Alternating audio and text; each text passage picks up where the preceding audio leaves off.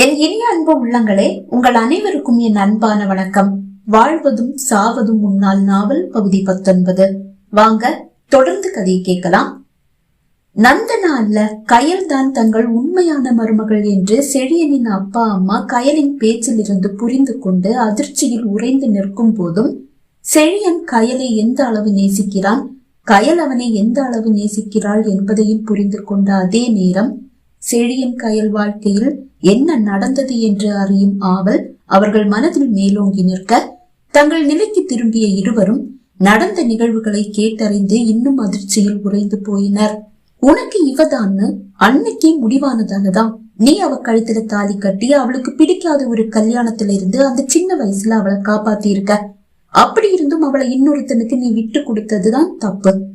கயல் சொன்ன மாதிரி உடம்பளவுல களங்கப்பட்டாலும் மனசளவுல அவ உனக்கு மட்டும்தான் மனைவியா இருக்கா. ஆனாலும் அப்படி ஒரு தவறு நடந்திருக்கவே கூடாது. முன்னாடியே தாத்தா பாட்டியோ இல்ல நீயோ இந்த விஷயத்தை எங்க கிட்ட சொல்லி இருந்தா நாங்க என்ன செய்யணுமோ அதை செஞ்சிருப்போம். ஆனா தாத்தா பாட்டியும் சரி நீயும் சரி எதையுமே சொல்லல. அது ரொம்ப பெரிய தப்பு என்று கூறிய அப்பா, இனி நீங்க 2 பேரும் பிரியவே கூடாது, அது நியாயமும் இல்ல என்றார்.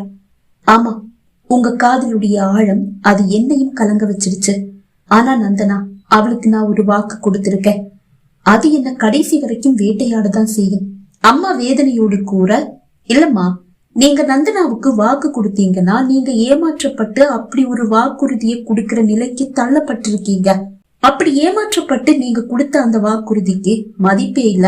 ஆனாலும் நீங்க ஏமாற்றப்பட்டது உங்களுக்கு தெரியாம இருக்கிற வரைக்கும் அந்த குற்ற உணர்ச்சி கண்டிப்பா உங்களை வேட்டையாடதான் செய்யும். நீங்க ஏமாற்றப்பட்டதை உங்களுக்கு புரிய வைக்கதான் நீங்க பிரான்ஸ் வர்றத நந்தனாவுக்கு தெரியப்படுத்த வேண்டாம்னு சொன்னேன். மத்தபடி அவளை கல்யாணம் செஞ்சுக்கவோ அதுக்கு உங்களை சாட்சியாக்கவோ உங்களை நான் இந்த பிரான்ஸுக்கு வரவழைக்கல. இன்னைக்கு அந்த நந்தனாவுடைய உண்மையான முகத்தை உங்களுக்கு காட்டுறேன். அதுக்காக தான் நம்ம இன்னைக்கு வெளியே போலான்னு சொல்லி உங்களை ரெடியாக சொன்னேன் என்றவன் கயலை பார்த்தான். கயல், நாங்க போற வழியில உன்னை ஹோம்ல விட்டுட்டு போறோம் என்று கூற, இல்ல செழியன், நந்தனா நடிக்கிறானா, அவ வேஷம் கலைறத பார்க்க நானும் ஆசைப்படுறேன். என்னையும் உங்க கூட கூட்டிட்டு போங்க செழியன். உண்மை எனக்கும் தெரிஞ்சா மட்டும்தான் என்னாலையும் நிம்மதியா உங்க கூட வாழ முடியும். இல்லைன்னா ஒருவித குற்ற உணர்ச்சியிலேயே நான் வாழ வேண்டியதா இருக்கும். கயல் கூற, சரி, நீயும் எங்க கூட வா என்று செழியன் அனுமதி அளிக்க, சில நிமிடங்களில் அனைவரும் செழியனின் பிளாட்டில் இருந்து புறப்பட்டு விட்டனர். செழியனின் கார் ஒரு வீட்டின் முன்னால் வந்து நின்றது. சுதாகர் வாசலுக்கே வந்து அவர்களை வரவேற்றான். வீட்டிற்குள் வந்ததும் சுதாகரை அனைவருக்கும் அறிமுகப்படுத்திய செழியன் சுதாகருக்கும் அனைவரையும் அறிமுகப்படுத்திய பிறகு, நந்தனா எப்ப வர்றதா சொல்லியிருக்கா சுதாகர் என்று கேட்டான். கை கடிகாரத்தில் நேரத்தை பார்த்த சுதாகர், இன்னும் 1/2 மணி நேரத்துல வந்துடுவா என்றான். சுதாகர், என்னுடைய கார் வாசல்லையே இருக்கு, அது அங்கிருந்து மாத்தியே ஆகணும். என்னுடைய கார் அடையாளம் கண்டு நந்தனா சுதாரிச்சுக்க கூடாது செழியன் கூற, கார் போர்ச்சுக்குள்ள நிப்பாட்டி போர்ச்ச லாக் பண்ணிடலாம் சுதாகர் கூற, செழியனும் சுதாகரும் எழுந்து வெளியே சென்றனர். சிறிது நேரத்தில் இருவரும் திரும்பி வந்துவிட, சுதாகர், நந்தனா வர்ற நேரம் ஆகுது, என்ன பிளான் என்று கேட்டான். பிளான் எல்லாம் நம்ம போட்ட மாதிரியே தான். நீங்க ஏதாவது ஒரு ரூமுக்குள்ள போய் இருந்துக்கங்க, அவ கண்ணில சிக்க வேண்டாம். ஆனா நீங்க இருக்கிற ரூம சாத்த கூடாது. ஏன்னா இந்த வீட்டுல அவ இருக்கும் போது எந்த ரூமையுமே சாத்துறது இல்ல. திடீர்னு ஒரு ரூம் சாத்தப்பட்டிருக்குன்னா அவளுக்கு ஏதாவது சந்தேகம் வரலாம். கதவு திறந்தே இருக்கட்டும். சோஃபாவின் அருகில் பின்னால் இருக்கும் அறையை காண்பித்த சுதாகர், நீங்க இந்த ரூம்ல சேஃபா இருக்கலாம். பெட் உள்ள தள்ளிதான் இருக்கு, நீங்க அங்கேயே உட்காந்துக்கலாம். நந்தனா இந்த சோஃபால வந்து உட்கார்ந்தா கூட உங்களை பாக்குற வாய்ப்பே இருக்காது.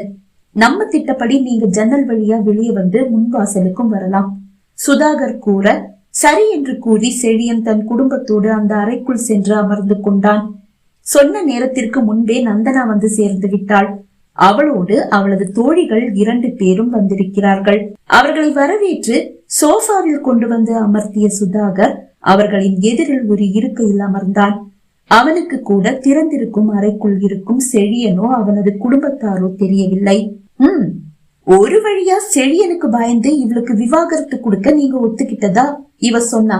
ஆனா அதுக்கு முன்னாடி ஏதோ பேசணும்னு சொல்லி இவளையே கூப்பிட்டீங்க? நந்தனாவின் தோழி ஒருவள் கேட்டாள். பேச வேண்டியது நிறைய இருக்கு, எல்லாத்தையும் பேசி டைம் வேஸ்ட் பண்ண நான் விரும்பல. ஆனாலும் ரொம்ப முக்கியமான சில விஷயங்கள் இருக்கு, அதை நான் பேசியே ஆகணும். அதை என்னால விட்டு கொடுக்க எல்லாம் முடியாது.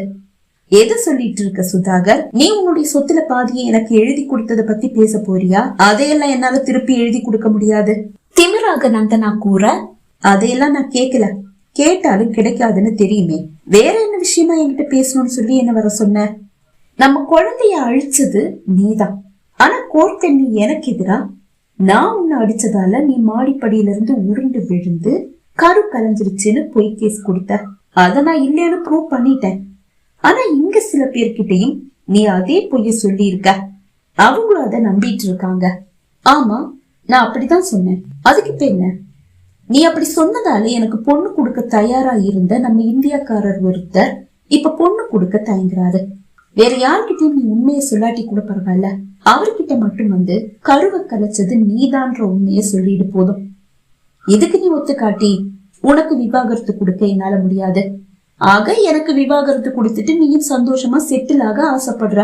ஆமா, அதுல என்ன தப்பு இருக்கு? தப்பு இருக்கே. நான் உன் கூட இருக்கும் போதே எனக்கு செழியனுக்கும் தொடர்பு இருக்குன்னு சந்தேகப்பட்டவனாச்சே நீ. ஆமா, அதுக்கு காரணம் நீயே தான். அதுக்கெல்லாம் சேர்த்து என்னுடைய குழந்தைய அழிச்சு நீ என்ன பழி வாங்கிட்டல. அது மட்டுமா, என் சொத்துல பாதிய நான் உனக்கு எழுதி கொடுத்ததை எனக்கு திருப்பி தரமாட்டேன்னு சொல்லிட்ட. அதையும் தாண்டி செழியன் பிளாக் பெல்ட் எடுத்து வச்சிருக்கான். அவன் உன்னை அடிச்சே கொன்னுடுவான்னு பயமுறுத்தி நீ விவாகரத்து கேக்குற. சரி, தேவையில்லாம ஏன் அடிபடணும்னு நானும் ஒத்துக்கிட்டேன். ஆனா நான் கடைசி வரைக்கும் தன்னந்தனியா வாழ வேண்டிய ஒரு நிலைமை. அதுக்கு காரணம் நீதான். நான் உனக்கு விவாகரத்து கொடுக்கும் போது நீ எனக்கு அப்படி ஒரு ஹெல்ப் பண்றது தானே சரி? இல்லடா, நீ ஆனாலும் சரி, செழியன் ஆனாலும் சரி, என் கூட வாழ்ந்த எவனும் இன்னொருத்திய கட்டிக்கிட்டு சந்தோஷமா வாழறத என்னால ஏத்துக்க முடியாது. அதை பார்த்துட்டு என்னால சும்மா இருக்கவே முடியாது. ரெண்டு பேரும் என்ன நினைச்சு உருகி உருகி கடைசி வரைக்கும் இப்படியே இருக்கணும். அததான் நான் விரும்புறேன். நீ இப்ப கல்யாணம் செஞ்சுக்கிட்டு என்ன பண்ண போற? ஒருத்தி கூட சந்தோஷமா இருக்க போற. அதுக்கு கல்யாணம் பண்ணிக்கணும்ன்ற அவசியம் எல்லாம் இல்ல. காசு எரிஞ்சா ஒரு நைட்டுக்கு ஒருத்தி கிடைப்பா. அப்புறம் எதுக்கு நீ கல்யாணம் பண்ணிக்க போற சுதாகர்? காலம் ஃபுல்லா உனக்கு மனைவின்னு ஒருத்தி இருந்தா அது நான் மட்டுமா தான் இருக்கணும். உனக்கு மட்டும் இல்ல, அந்த செழியனுக்கும் அப்படிதான். மனைவின்னு ஒருத்தி இருந்தா அது நான் மட்டும்தான். உனக்கு ஒரு விஷயம் தெரியுமா? அந்த செழியனுக்கு சின்ன வயசுலயே கல்யாணம் ஆயிடுச்சு. ஆனா அது லீகல் இல்லாததால ரெண்டு பேரும் பிரிஞ்சுட்டாங்க. செழியனை நான் இங்க பிரான்ஸ்ல தான் சந்திக்கிறேன், காலேஜ்ல. எனக்கு அவன் மேல ஒரு மயக்கம். அவனை துரத்தி காதலிச்சேன். சிக்காம நழுவிட்டே இருந்தான். கடைசியில காலேஜ்ல அத்தனை பேர் முன்னாடி அவனை கட்டி பிடிச்சு உதட்டிலேயே முத்தம் கொடுத்து ஐ லவ் யூன்னு சொல்லிட்டேன். ஓங்கி ஒரு அறை போட்டாலும் அந்த முத்தத்துல அவன் விழுந்துட்டான். என்னை இப்படி டச் பண்ண முதல் பொண்ணு நீதான், அதனால உன்னை நான் ஏத்துக்கிறேன் அப்படின்னு மறுநாளே வந்து என்கிட்ட சரண்டர் ஆயிட்டான். இத்தனைக்கும் ஒருத்தர் யூஸ் பண்ண கிளாஸ கூட யூஸ் பண்ணாதன்னா அவனை கவுக்கிறதுக்காக அப்படி முத்தம் கொடுத்தேன். கல்யாணமும் செஞ்சுக்கிட்டேன். கல்யாணத்துக்கு முன்னாடியே அவனுக்கு சின்ன வயசுலயே கல்யாணம் ஆயிடுச்சுன்ற உண்மையை அவன் என்கிட்ட சொல்லிட்டான். அப்பவே எனக்கு அவன் மேல ஒரு கோபம். இன்னொருத்தைய கல்யாணம் பண்ணிக்கிட்டவனுக்கு 2ஆம் தாரமா நான் இருக்கணுமான்ற ஒரு எண்ணம். ஆனா அவனை மாதிரி ஒரு ஆம்பளைய வேண்டான்னு எந்த பொண்ணாவது சொல்லுவாளா? என்ன சிம்பிளா தூக்கிட்டு மலை கூட ஏறுவான் தெரியுமா? ஒரு தடவை அப்படி ஏறி இருக்கான். அப்படிப்பட்ட ஒருத்தனுக்கு மனைவியா இருக்கதானே எந்த பொண்ணும் ஆசைப்படுவா? அவன் சொன்னதை பொருட்படுத்தாம அவனை கல்யாணமும் செஞ்சுக்கிட்டேன். ஆனா அந்த விஷயத்த சொல்லி அவனை குத்தி குத்தி காயப்படுத்துறதுன்னா ஏழு தெரியல எனக்கு அப்படியே அல்வா சாப்பிடுற மாதிரி பிடிக்கும். அவனுடைய சின்ன வயசு கல்யாணத்தையும் அந்த பொண்ணுடைய பேரையும் சொல்லி சான்ஸ் கிடைக்கும் போதெல்லாம் அவனை நோகடிச்சுட்டே இருந்தேன். ஒரு நாள் ஒரு 3 இல்லாட்டி 4 தடவை அந்த பொண்ணுடைய பேரை சொல்லி அவனை நோகடிச்சு அவன் வேதனைப்படுறத பார்த்து ரசிப்பேன். அதுல அப்படி ஒரு ஆனந்தம் எனக்கு. அப்பவும் அவன் என்னை விட்டுட்டு போகவே இல்லை. ஆனா ஒரே ஒரு தடவை நான் சொன்ன சில வார்த்தைகளால அவன் என்னை தள்ளி வச்சுட்டான். அவனை விட்டு விலக போறதா நான் சொல்லும் போது வந்து என் கால்ல விழுவான்னு நினைச்சேன். ஆனா அவன் கண்டுக்கவே இல்லை. உன்னை கல்யாணம் செஞ்சுக்கிட்டு அவன் கண் முன்னாடி போய் வாழும் போது பொறாமையில என்னை தேடி வருவான்னு நினைச்சேன். ஆனா அப்பவும் அவன் வரல. அப்பதான் எனக்கு ஒரு விஷயம் புரிஞ்சது. அவன் அந்த கயலோட ஒரு அழகான வாழ்க்கைய அவன் மனசுக்குள்ளேயே வாழ்ந்துட்டு இருக்கான். கடைசி வரைக்கும் அந்த வாழ்க்கையே போதும்னு அவன் இருந்துடுவான்னு தோணிச்சு. அது என்ன பொறாமப்படவும் வச்சது. என்னுடைய வயிற்றுச்சலை கிளப்பி விட்டது. ஆனா அதையும் தாண்டி அவன் அந்த கயலை தேடி கண்டுபிடிச்சு கல்யாணம் பண்ணிப்பானோன்ற ஒரு பயம் எனக்கு. அதை என்னால தாங்கிக்கவே முடியல. நீ வேற முதல்ல இருந்த மாதிரி எனக்கு அடிமையா இல்லாம என்னை எதிர்த்து பேசவும் எகுறவும் ஆரம்பிச்சிட்டியா? உன் கூட வாழவும் எனக்கு பிடிக்கல, அவன் கூட போய் சேர்ந்துடணும்னு எனக்குள்ள ஒரு ஆசை. ஏன்னா என் இடத்துல அவன் விரும்பின ஒரு பொண்ணு வர்றத நான் விரும்பல. என்ன அவன் எப்படி நேசிச்சான்னு எனக்கு தெரியும், எப்படி பாத்துக்கிட்டான்னு எனக்கு தெரியும். அப்படி இருக்கும்போது அவன் நேசிச்ச பொண்ணு அவனுக்கு மனைவியா வந்தா அவளை எப்படியெல்லாம் பாத்துப்பான்னு எனக்கு தெரியாதா? அத பார்த்து பொறாமையிலையும் வயிற்றுச்சலையும் நான் தினம் தினம் சாகணுமா? அதை விட அவன் கூடவே வாழ்ந்துட்டு போயிடலான்னு முடிவு பண்ணிட்டேன். அவன்கிட்டயே போய் பேசினேன், ஆனா அவன் சிக்கவே இல்ல. விட முடியுமா? கிட்டத்தட்ட அவன் அந்த கயலை கண்டுபிடிச்சிட்டான்னு எனக்கு தோணிச்சு. அவனுக்கு செக் வைக்க முடிவு செஞ்சு நேரா அவனுடைய அப்பா அம்மா காலில் போய் விழுந்துட்டேன். கிழங்கு ரெண்டும் என்னுடைய நடிப்புல விழுந்துடுச்சுங்க. இப்ப அந்த 2 கிழங்களும் செடியனும் என் கைக்குள்ள இருக்காங்க தெரியுமா? நான் நில்லுன்னு சொன்னா அவன் நிப்பான், நடன்னு சொன்னா நடப்பான், உன்னை அடிக்க சொன்னா வந்து அடிப்பான். இப்ப நான் என்ன சொல்ல வரேன்னா, நீ எனக்கு எழுதி கொடுத்த பாதி சொத்தை என்னால உனக்கு எழுதி கொடுக்க முடியாது. அதே மாதிரிதான் கருவை கலைச்சது நான் தான். ஆனா அந்த விஷயத்த நீ கட்டிக்க ஆசைப்படுற அந்த பொண்ணுடைய அப்பன்கிட்டயும் சொல்ல முடியாது, அவகிட்டயும் சொல்ல முடியாது, எவன்கிட்டயும் சொல்ல முடியாது. ஏன்னா அந்த விஷயம் லீக் ஆயிடுச்சுன்னா செழியன் என்ன திரும்பவும் வெறுக்க ஆரம்பிச்சிடுவான்.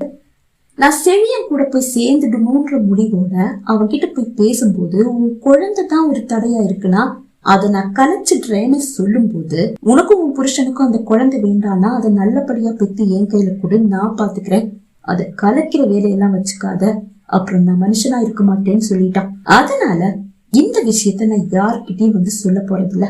அவள் பேசும் அனைத்தையும் கேட்டபடி அமர்ந்திருந்த செழியனின் அம்மா அழ ஆரம்பித்து விட்டார். இவளை போய் நல்லவனை நம்பி நானே செழியன் வாழ்க்கையை கெடுக்க பார்த்தேனே.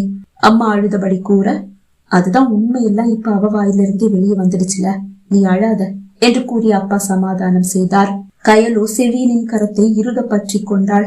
அவனை இனி அவள் யாருக்கும் விட்டு கொடுக்க தயாரில்லை. சரி, நீ இப்ப என்ன முடிவு செய்ய போற?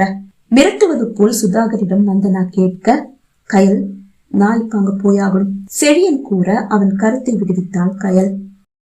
பகுதி 19 நிறைவடைந்தது. பகுதி 20 உங்களை சந்திக்கும் வரை விடைபெறுகிறேன். நன்றி, வணக்கம்.